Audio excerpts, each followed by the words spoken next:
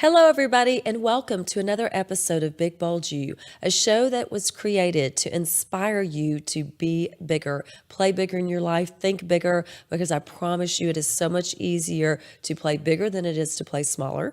We want to inspire you to be bolder, which means you are going to have to step out of your comfort zone and do things afraid. I mean, there's no other way to put it so you can become the best version of you.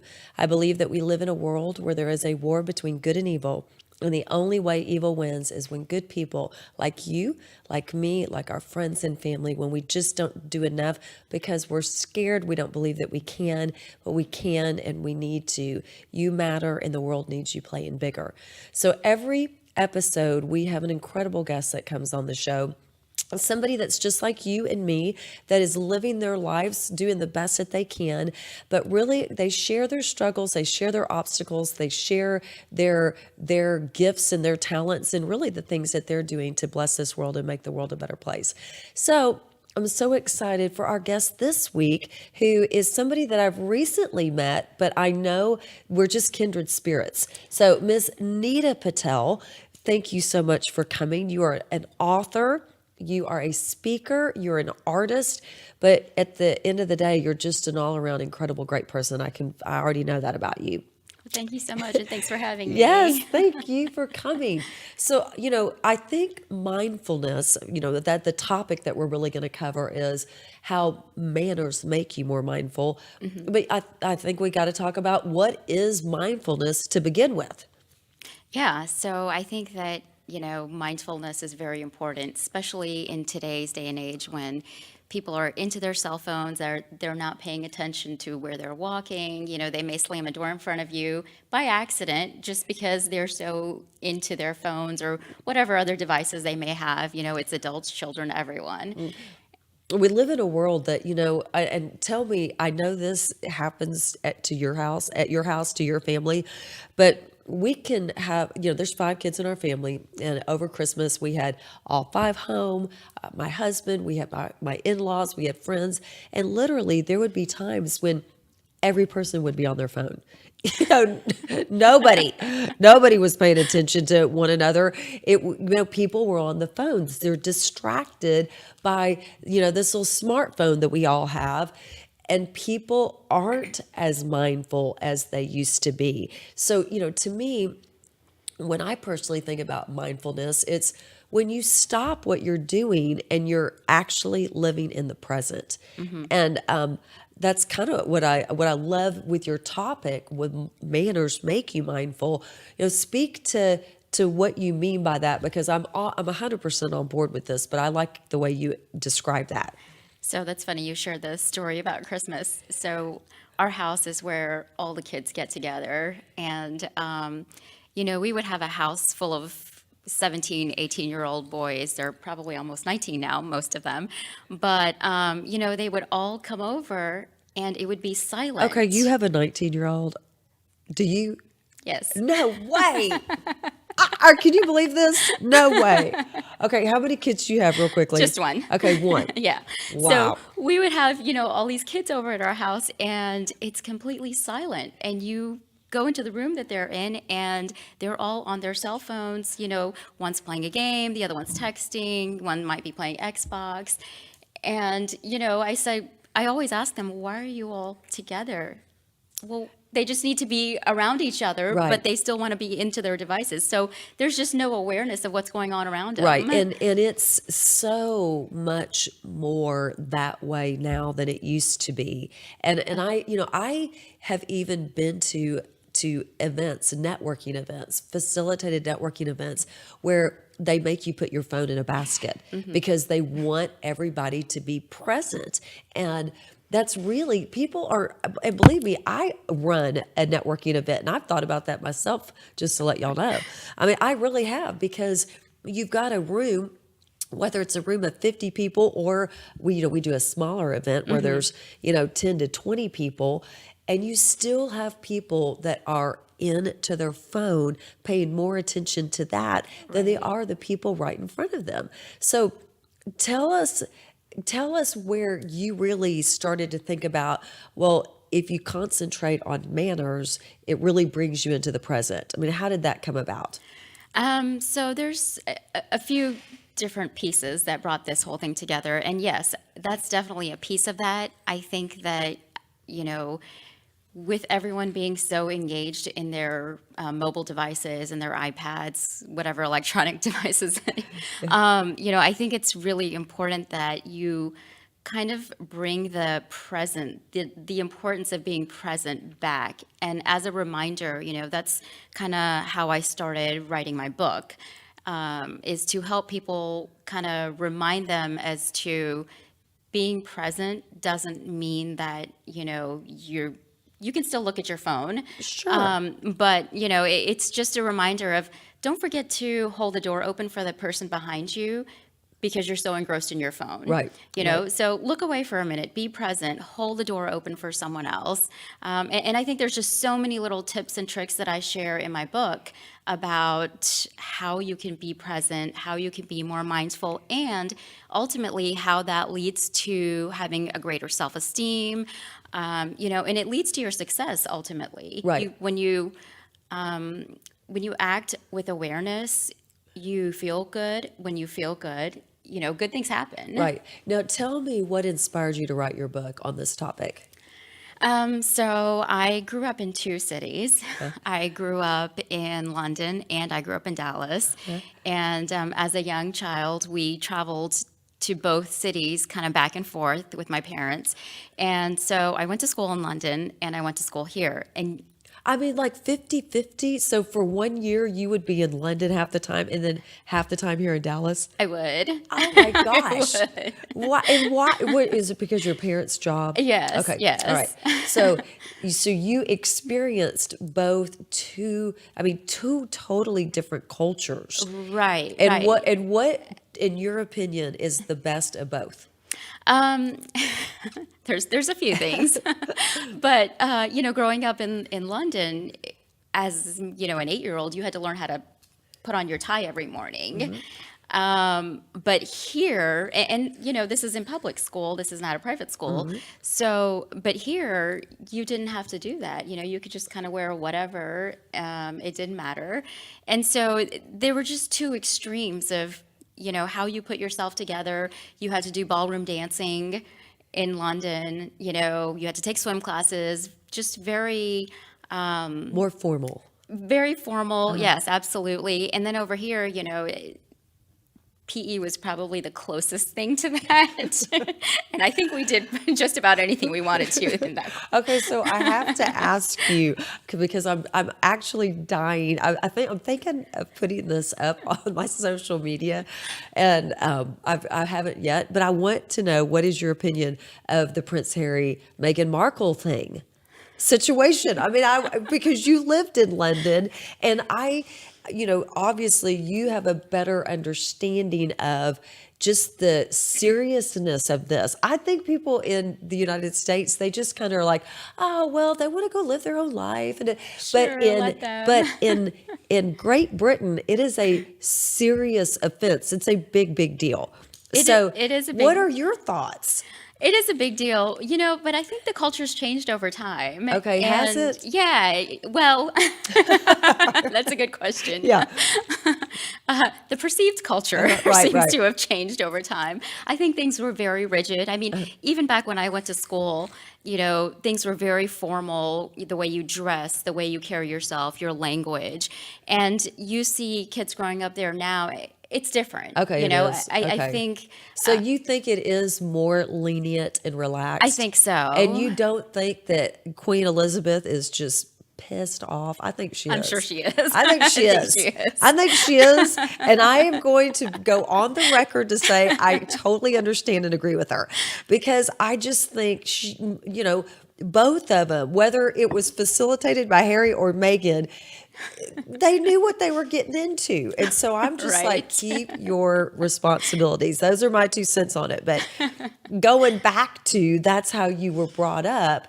What did you believe that formalness and more mindfulness that you had as a child in London just was a strength that we didn't have here in the United States? I do, and I brought that with me. And, over time, as I grew up and, even through my corporate career, there are so many small things that I can tell you that I notice that other people probably don't see, Right. and I pay attention to how people sit and how, their posture and how they carry themselves. I think it's just all the small things, all the details. Well, you made a point about how when you're more present in the moment, I mean, obviously you're more engaged. When you're more engaged, that means you have more meaningful conversations and deeper connections. And Sure. that in and of itself, having a deeper connection with someone, it does make you feel better because there's nothing like honestly being heard. One of Stephen Right. Covey's 7 habits of highly successful people is seek to be understood, seek to understand before you're understood. Well, when you're in a conversation with someone and they're giving you 100% of their attention, you feel like, you know what, I matter and I care to this person. When you're talking to somebody and they're looking down at the phone, and I will tell you, even doing in facilitating events, I can be a facilitating event and I'm speaking in front of the room. And you've got the majority of the people that are looking at you, but then you still have a handful of people that are looking down at their phones. And, you know, immediately what you think about the people that are got their heads down on their phone is they're just not as, like you were saying, aware. They're not as engaged. They're not as present. And you don't feel like they care as much about you. And the other part of that, which I talk about in my book, in the communications chapter, is sometimes, even if we don't have our phone in front of us, we're so caught up in trying to figure out how to respond Yes. that after we hear the first few words, we just stop listening because you're thinking, okay, how am I going to answer this? Or what am I going Oh to say my to this? gosh. And You so know, we do you don't think listen. do you think men are worse at that? I'm just kidding. I'm just kidding. But that is, believe me, that's something that I say with my husband all the time when, maybe we're in a heated conversation and I can tell, I can look at him and I can see in his eyes, he's not paying attention to what I'm saying because he's thinking about how he's going to spin this or twist it or turn it or whatever because he wants to prove that he's right.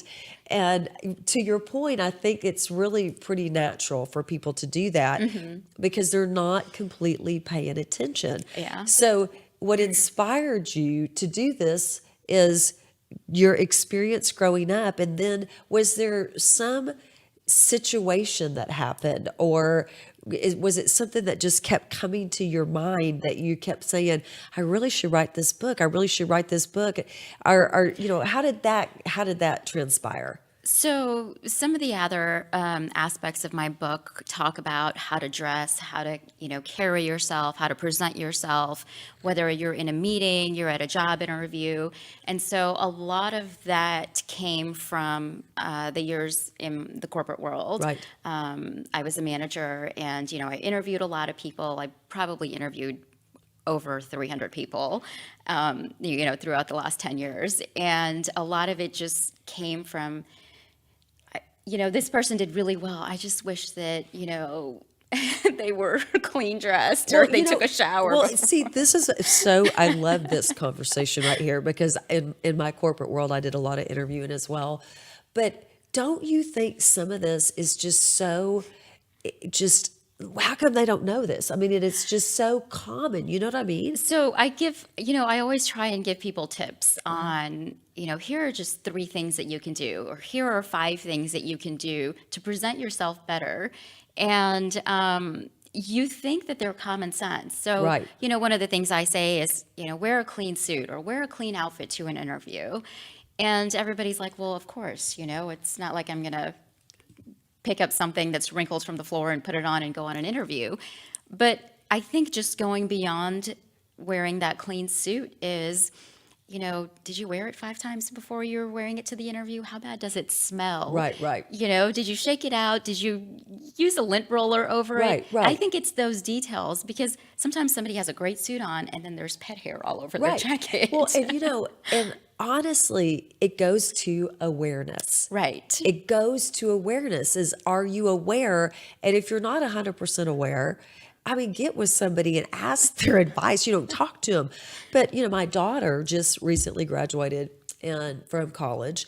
She was at an interview, and it was an interview for an internship. And she said, Mom, I can't believe there were people that were there that didn't have the hard copy of their resume.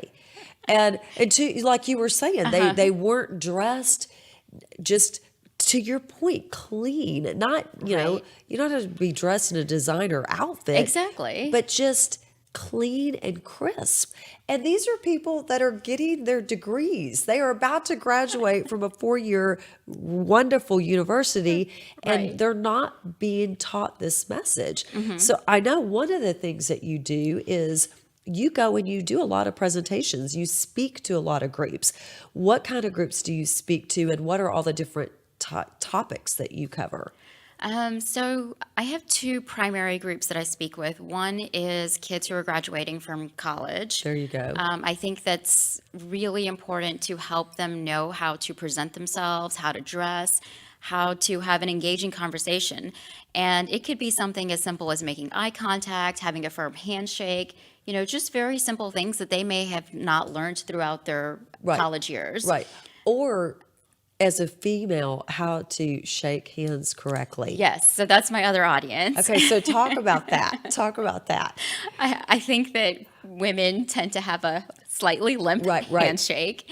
And, I talk about the importance of having a firm handshake. Right. And even beyond that, standing tall, having your shoulders rolled back, it gives you confidence. Right. Believe it or not, when you change your body posture, your body pose, you feel good about yourself.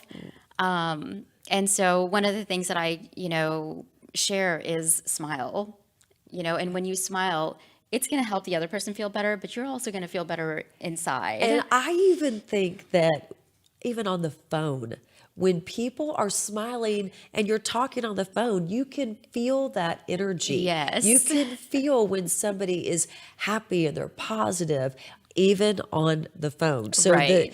the topics that you cover with people are definitely topics that you do have to be mindful, obviously, to know what's going on, but it impacts just not only your live interaction with people, but it impacts everything that you do. Agree.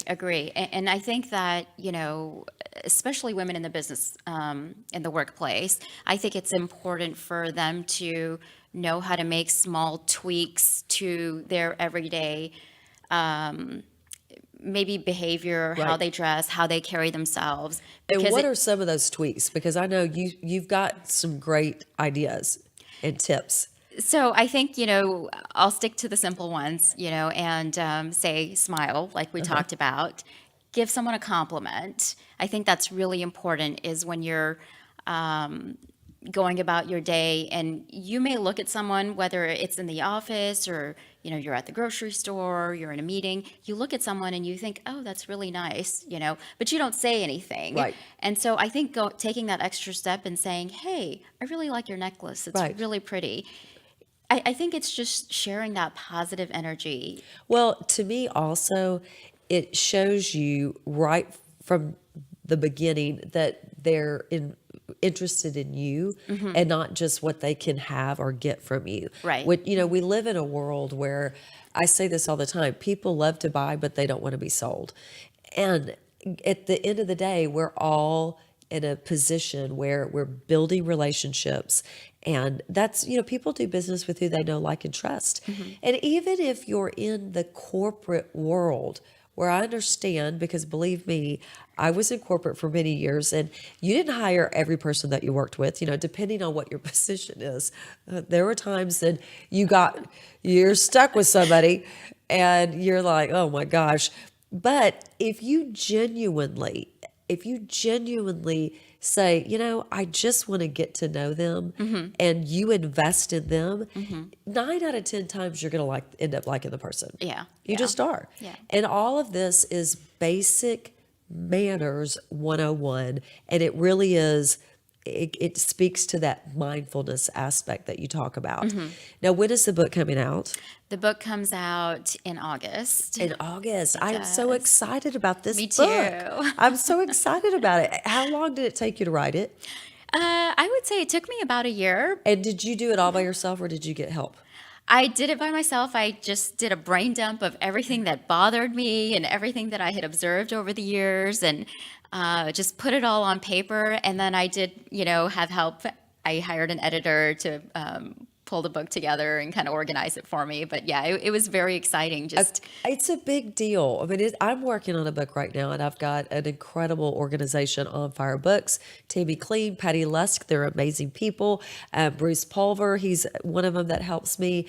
And I will tell you, I think that any goal that you set for yourself, either, and I don't know, this is what I want to ask you as well.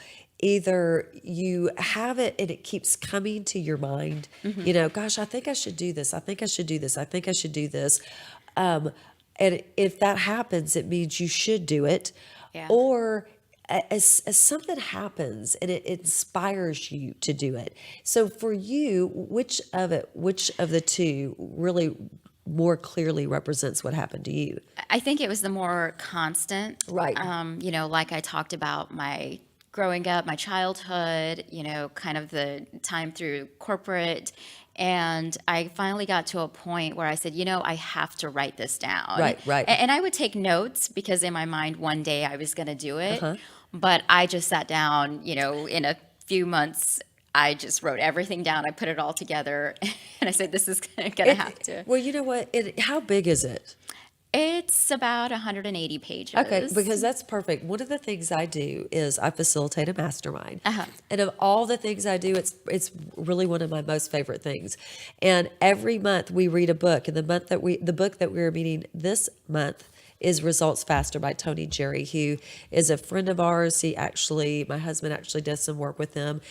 Incredible person. And I will tell you a little tip from the book is, one of the things that Tony says is all problems are thinking problems. And I love that because it's so true. If you've got a problem with someone, maybe you've got a problem with how somebody is acting, maybe you've got a problem with the situation. Well, it really starts with how you're thinking about that situation. And you've got to go back to yourself first to say, how am I thinking? What am I thinking that's making me upset? And I love that fact because you talk about being mindful. To me, if you start having some questions that you ask yourself on a consistent basis, one of the questions that he brings up in the book, and it's a question that I bring up all the time, is doesn't matter what it is you're doing, if you ask yourself this question, is this the best use of my time? Is this the best use of my time right now? It brings you right into the present. The other question I ask myself all the time is, if something turns out in a way that maybe I didn't like or wasn't expecting, I always will stop and say, what did I do or not do that impacted this result? Because it's all me. I mean, it's all me. But Right. these questions that we ask ourselves on a consistent basis, and hopefully they're questions that you ask yourself on a daily basis, it gets you back into the present moment. You become more mindful with what you're doing. And I know one of the things that you do, and you probably present as well, is as a parent, what can we do to help teach our children mindfulness and manners and just little simple tweaks? Is that's something that you do, isn't it? It is. And I think the message to parents is take your kids out. One of the things that I loved when I read one of Richard Branson's books, he talked about how he takes his daughter ever since she was young. He took her out to business meetings, events. And, I thought that was a little odd when I read that, but then the more I thought about it, the more I realized, no, there's something very strong and powerful about that. Because when you take your 12-year-old, your 15-year-old, whatever age they might be, you take them out and they learn how to make eye contact when they're at a party or a Right. meeting. You take them to a reception. It doesn't matter what kind of an event it is. Normally, parents are thinking, we're going to leave the kids at home. Right. But the more you take them out with you, they learn how to do a handshake. Right. And I think it benefits them because when they go out into the world, they are able to have a conversation with an adult without fear. Right. You know, they're not looking down, kind of Exactly. nervous. They're able to, they're comfortable and they're confident. Right. And I think that's something that a lot of kids suffer from is they don't have the confidence. Well, especially now in the age of the digital. Right. And I will say we've got 5 kids between my husband and I. Our youngest is 19, about to turn 20. Our oldest is about to turn 24. And we always have them with us. You know, now obviously they're not with us all the time now, but we do things with them all the time. And we actually have a friends and family trip that we do every year. And this last year, we invited them along with us. And our friends, of course, were like, we cannot believe how awesome your kids are, because they can all look you in the eye. They can all have a engaging conversation, and they're fun. They're fun to be around. But as parents, we are the very first teachers. Right. You know, they learn from us. They're modeling from us. You know how, you know that saying, people don't, your kids aren't doing what you're telling them to do. They're doing what you are showing them to do. I mean, it's all that is. That's the truth. So do you have any tips for parents on, you know, the, not just taking them out, but any type of conversations that you should be having with your kids regarding mindfulness and manners and all of this stuff? I don't know that it's really a conversation because, to your point, Right. you know, they're not listening to us half the time. They're watching Yeah. what we're doing, right? So if we have a simple rule of don't have the cell phone at the dinner table, you know, or That's a good rule. if you need it there, have it turned over, you know, Right. just something really small and simple. I think those are small behaviors that can help change the culture. Yeah, and I got a big old smile on my face right here, because especially if you have adult kids, but even if you, no matter how old your kids are, if you're going to ask your kids to not have the phone at the table, then you can't have the phone at the table. You know, I mean, honestly, right? Yeah. And I don't know about y'all, and please forgive me if I'm old school, but I swear, once you start getting updates on the phone, I hate that. I don't want any more updates, right? But there was an update not too long ago where now it pops up your screen usage, you know, how many hours a day you're using your Yeah. phone. Does that happen to you? Yes, yes. Does it happen to y'all? Okay, so once it started doing that, I was like, oh, I have that much, you know, screen time. Yes. And so it's almost like I have a little challenge with myself to try to lower that, because, you know, and I'm saying to myself, okay, obviously I use my phone for work, Right. but at the same time, you know, I don't want to be on the phone that much. You know what I'm saying? Yeah, yeah. So I think that as parents, we have to set the example. I mean, it starts with us. So if we want to have engaging conversations with our kids, we have to put the phone down ourselves. And you know, Right. I'm guilty. I mean, I'm not saying I'm perfect at this. In fact, I'm not perfect at anything. But I think that, you know, I've got one of my daughters who will say, you know, Mom, I feel like you're always in a hurry. I feel like you're always in a hurry. And a lot of times I am in a hurry because I've got a lot of things I've got going on. But I hate to hear that, because that means I'm not giving my full attention, and we should give people our full attention. Absolutely. You know, we just should. Yeah. So here you are, you're an incredible person, author and presenter, but you're also an artist. I am. So tell us a little bit about your journey as an artist and how that came about and where you are in your career with that. So, you know, I found art when I realized that I couldn't use words to express myself. I love that. And a lot of times people struggle, you know, to find ways to express themselves. And, you know, I think as a society, we think talking is the only way to do that. And for me, you know, I found art and expressing myself without having to say a word to anyone. That was amazing. Now, how old were you when you started with your art? Actually, it wasn't too long ago. Okay. It was, about 10 years ago. And I just started painting. And, a lot of times I would see things and I would think, oh, that's pretty. Maybe I want to try it in a, Here's some of your art. Which is gorgeous. I mean, that it's beautiful, Nita. thank you. That's gorgeous. Thank You know, you. how many pieces of art have you made now? Oh my gosh, I don't even know. You don't even know. I don't know. So obviously, it's something that's very therapeutic to It you. is very therapeutic. So tell me about the very first time that you sat down, and was it with a pencil? Was it with a paint? How did that transpire? No planning. Uh-huh. Planning is a Right, learned right, right, right. learned thing for me.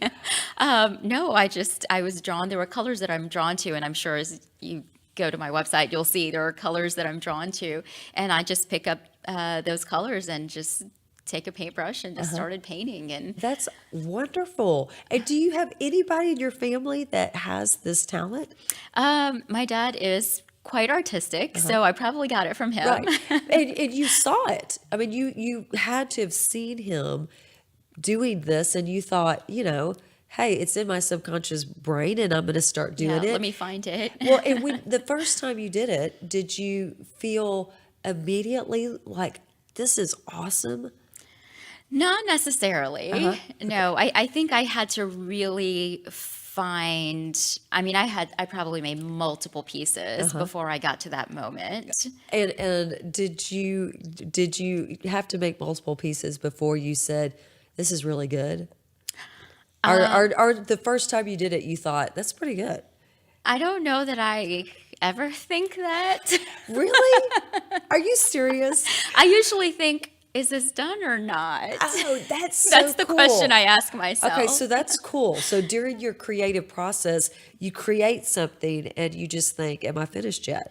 Yeah, and I love that. so I would take, according to other people who would see it, a perfectly finished painting, and then I would mess it up because I would think it's not done yet. Right. And you're like, So no. I think over time, finding the right place to stop is, something that I've learned. I love that. And so do you sell your artwork?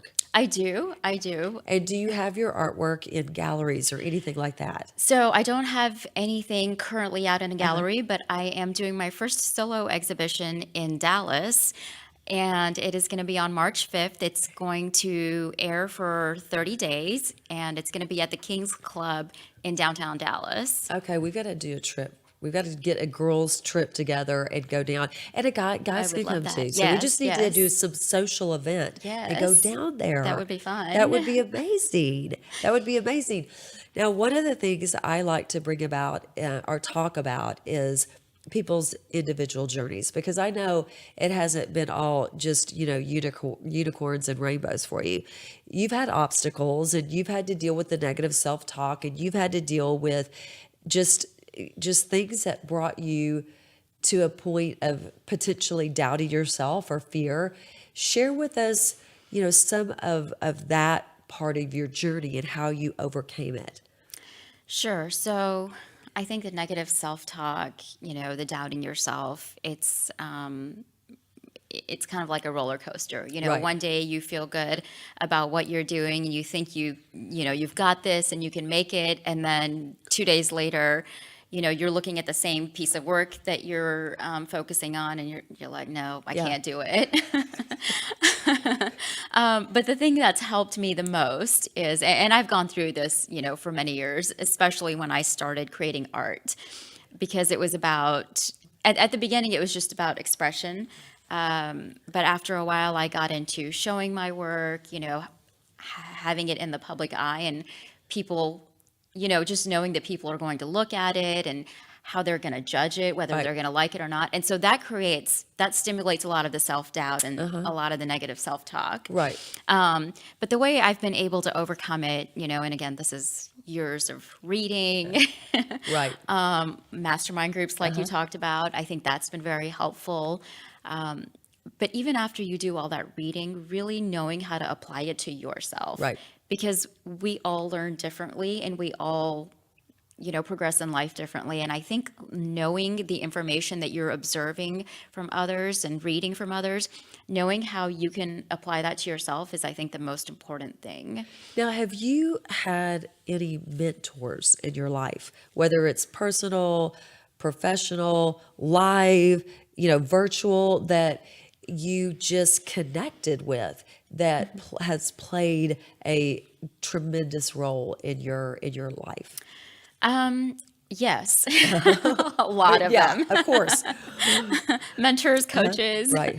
And I think that so I have a very strong spiritual background and, or foundation, I Right. should call it. And, I think that's really been throughout my life. So when I struggle with something very specific in life, I lean towards my faith. Right. And there have been many instances where, I've asked for blessings from our spiritual Right. leader. And I think that has helped me overcome things in that moment. I also, I read a lot, and I think that that's the other part of it is I think every time you pick up a book and you get that one message out of that book, Right. to me, that's mentorship, Exactly. right? No, I think that you get to a point. In fact, this goes right along with our Ask Jen's question for this episode. And one of the things that I do is if you've got a question, you've got a topic, you've got something that you're struggling with, or you just want an answer, please let me know. Or I always like to hear our guests' 2 cents as well. So our Ask Jen's question for this episode is, what is one thing that is a game changer in having success? I get this question a lot. I talk about this question a lot with people. Of course, there are multiple things that you need to have success, but I really do think step one is self-development. There's a quote by Jim Rohn that says, formal education leads to a job and self-education leads to a fortune. And to me, that's where success starts, with your own commitment to self and personal development, which is exactly what you're talking about. It's understanding that if you're not putting good things into you, you can't have good output. Right, You just can't. right, right. And the mentors that you have in life, they're going to be live, but they're also going to be, I call virtual, to me, Uh-huh. an author. So when your book is out and I get your book, and believe me, I've got thousands of books. I love books. I think it's your biggest return on investment is reading a book. But when I get that book, obviously I know you live, but if I didn't know you live, you would be a virtual mentor to me Sure. because you're imparting your wisdom, and you got to be coachable, folks, to grow. You have to listen to people. So, you talked a little bit about the feelings that come when you fear the judgment of other people.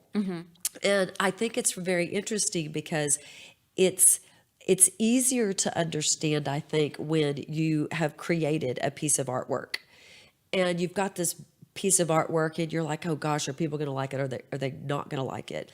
But people struggle with judgment on themselves every day, where they are worried if people are going to like them or not like them. And Yeah. at the end of the day, here's the answer. Some people are going to like you and some people aren't, but that's okay. Not everybody has to like you, but we want everybody to like us, right? Right. We want everybody to like us. We want everybody to like everything about us. Well, that's not reality, Right, you right. know? Um, so everybody has self-negative talk. Have you found to be the biggest self-negative talk that you struggle with, and how do you overcome it? So I want to go back to what you said earlier is it just reminded me of a Steve Jobs Yeah. quote that I love. Uh-huh. And he says, if you want everyone to like you, sell ice cream. Right, exactly. Exactly. And so I thought that was pretty funny because we're trying to be, we're trying to have this change in our life. We're trying to be leaders, Right. but then we want everyone to like everything Right. that And we're, it's just not going to work. right, That's just right, not how it goes. right. But everybody has. Okay, here's another question. Okay, so what is the negative self talk that plagues you the most? How do you overcome it? And at what time of the day does it hit you if it's going to hit you? Have you recognized that? Yes. Okay. Yes. I think it's first thing in the morning. Okay. You can tell whether you're going to have a good day or a bad day. And I think it's all in how you start your day. And so my biggest negative self-talk is about, is this good enough? Whether I was writing my book, whether I was working on a piece of art, whether I was working, whatever it is this good enough? And I think that people are caught up in that moment of perfection. They want everything that they do to be perfect because they Right. want to be liked. Right. And so that creates that downward spiral of that negative self-talk. It's not perfect, it's not ready, I can't show it to someone yet. And so I think that leads to procrastination, and then people have these incredible talents and powers Right. that the world may never see because Exactly. they're never going to Exactly. be ready to So share how do it. you get over? How do you get over your negative self talk? So many different ways. But you have techniques. Yes, You already have them. You know what you have to do. Yes. What just give us one. It could be anything from an affirmation or writing a message on my bathroom mirror so that I see it first thing in the morning. Right. It could be the first thing that I listen to while I'm getting ready, maybe 10 minutes of something that's motivational and Yes. positive. I think that's very helpful in having a better day. So it's just, Right. different things. And it's so simple, right? They're It just so is. simple. It So for is. me, if I'm pretty good. I mean, I am the mindset master. I'm really good about not having to struggle with that. But if I do, it's at night for me because it's Okay. like I get up and I hit the ground first thing, and I've got a whole system that I do when I wake up in the morning. But it's at night for me. And my safety net, because I say everybody has to have a safety net. Number one, you've got to be aware of what those triggers are. You've got to be aware of what negative self-talk plays you worse than anything else. Typically it's 1, 2, or 3. And then start to recognize when you experience that. And for me, at night, if I'm going to have something, it's going to hit me at night. And I've got audios. I've got affirmation audios. I've got motivational audios. I've got all these audios, and I'll just stick it, turn it on, and I fall asleep and I'm listening to that. Yeah. So it's not if these things are going to knock on your door or hit you in the face. It's just when. So having a plan of action, and it's little simple things to do, but basically it's putting good things in replace of the negative bad things. And that's all it is to it. And it's a question that I ask everybody that I interview, everybody that I talk to, and I'm telling you 100% of the time the answers are so similar. They're so similar because we're all similar, Right. at the end of the day. We At the are. end of the day, we're all similar. I'm so excited that you were able to come on the show and share some really great tips. And if anybody wants to connect with you live, what's the best way they can connect with you? They can connect with me through my website, or I'm pretty much on every social media out there, Instagram, Facebook, LinkedIn, or you can email me. That's another way to connect with me. Right. Should I share my email? Or Sure. will that? Okay, yeah. So my email is reachme@nita-patel.com. That's NITA-PATEL. Very simple. Right. Well, I love it. You gave some great, nice, easy tips that anybody can follow. And I just thank each and every one of you for tuning in. If there's something that we said that's just made a difference in your perspective, please share. If you haven't subscribed to the Jens Johnson YouTube channel, please do that as well. And if there's a topic, or if you'd like to come on the show, or if there's somebody that you would like to have appear on the show, please reach out to me at jensjohnson.com. And until we meet again, be big, be bold, and most importantly, be you. Bye-bye.